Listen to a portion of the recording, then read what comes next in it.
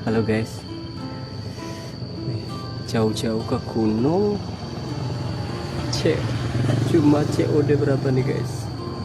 153 perak. Viral kisah seorang kurir mengantar paket COD. Hal tersebut diunggah oleh akun Instagram @andreli48, Jumat, tanggal 12 November tahun 2021. Paket tersebut adalah 1 biji permen. Kurir tersebut rela melewati hutan demi mengantar paket permen kepada pemesan. Hal itu diperlihatkannya melalui video hingga viral. Harganya pun Rp153 saja. Si kurir terdengar tertawa saat merekam orderan paket tersebut. Warganet pun merasa lucu dengan hal ini. Namun ada pula yang salut atas tanggung jawab si kurir yang bersedia mengantarkan paket tersebut.